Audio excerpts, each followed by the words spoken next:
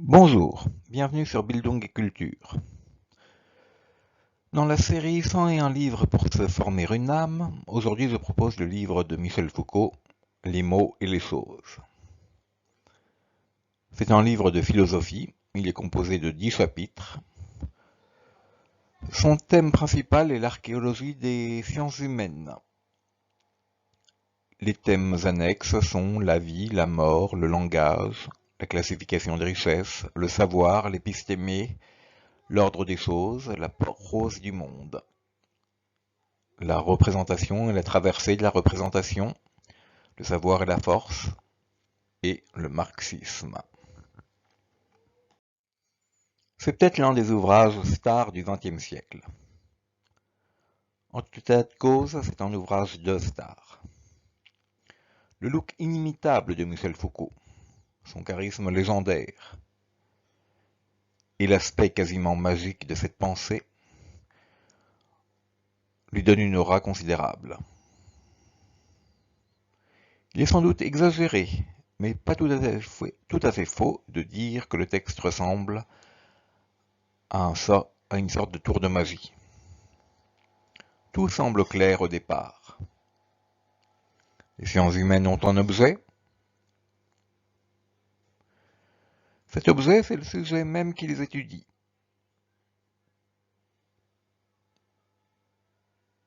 Il en faut beaucoup moins à un philosophe français d'ordinaire pour problématiser une question. Mais avec Foucault, les sciences humaines, si belles et si incontestables, finissent par disparaître. Comme à la limite de la mer un visage de sable. La magie crée naturellement des inimitiés ennuyeuses. On ne parle pas ici de Luc Ferry, le ridicule, mais de gens comme Jean-Paul Sartre, ou de quelques marxistes qui reprochent au livre de prendre acte d'une mort de Marx. Oui, Michel Foucault avait le look et le charisme d'une star. Mais sa philosophie n'était pas celle d'un dandy. Elle reposait sur un immense travail d'analyse. Elle est peut-être fausse, mais après tout philosophe est un petit peu Socrate et sait qu'il ne sait rien. Il se propose simplement de comprendre le monde différemment de l'ordre établi. Mais justement cet ordre des choses, c'est peut-être ce qui est au cœur de l'ouvrage. À moins que ce ne soit ce qu'il fasse vaciller. Sa mort prochaine. Pourquoi lire ce livre aujourd'hui? Le côté rock'n'roll du livre montre qu'on n'appartient plus à la même époque de la philosophie. Plutôt Rolling Stone que Beatles, qui proposait certes une nouvelle musique, mais aux ballades plus proches de l'ordre établi. Foucault est fortement lié à un thème qui traversera toute son œuvre, la mort. Montaigne avait dit que philosopher, c'était apprendre à mourir. Spinoza lui avait répondu que la pensée de la mort, en tant que pensée triste, empêchait les hommes d'agir. Les mots et les choses sont le livre d'un homme qui serait Spinoza et Montaigne à la fois. Cela suppose une gymnastique d'orfèvre pour ne pas tomber dans la contradiction. Il ne semble pas faux de dire que l'ouvrage est traversé par la question de la mort. Nietzsche avait parlé de la mort de Dieu, Foucault parlait de la mort de l'homme. Mais il a parlé de bien d'autres morts, en particulier de celle du poisson. Ramenant tout savoir à l'épistémé qu'il produit, Foucault souligne ainsi que certains types de savoir qu'on croit universels sont en réalité complètement mortels. Mortel ne signifie pas éphémère. Mortel signifie fini. Il dit ainsi dans le texte, à propos du marxisme. Le marxisme est dans la pensée du XIXe siècle comme un poisson dans l'eau. C'est-à-dire que partout ailleurs, il cesse de respirer. Mort du poisson donc. Il ne s'agit pas ici des conditions sociales des ouvriers qui auraient donné leur explication au marxisme. Pour Foucault, il s'agit plutôt d'une configuration du savoir, beaucoup plus sourde et inconsciente, qui commence avec Ricardo. Ce qui donne d'ailleurs à la pensée de Ricardo le même destin que la pensée marxiste. Une mort par asphyxie.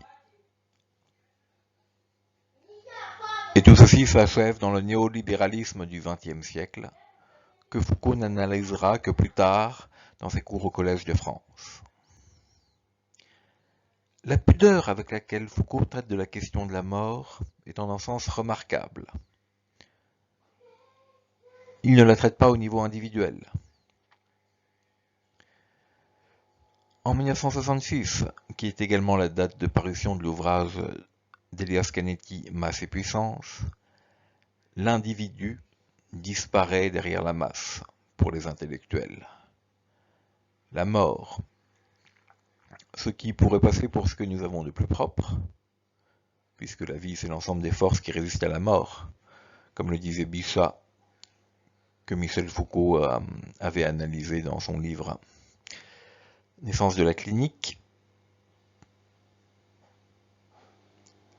La mort est donc traitée dans cette année du diable, 1966, au niveau collectif. Canetti insistera sur les meurtres de masse, les rituels de chasse, et les meutes déchaînées, ainsi que les épidémies. Foucault verra dans le trièdre de l'épistémé, qui lie travail, vie et langage, une manière pour le savoir de côtoyer la mort, d'essayer de l'éviter, mais sans jamais réussir à l'apprivoiser complètement. Dans l'économie, dans la biologie, dans le langage et la linguistique, c'est en filigrane la question de la mort qui se joue. Ce rapport à la mort est constant dans tous les types de savoirs. Mais également dans les figures philosophiques qui ont aperçu le sommeil anthropologique, sur lequel tout cela repose. Mais tout cela est voué à disparaître.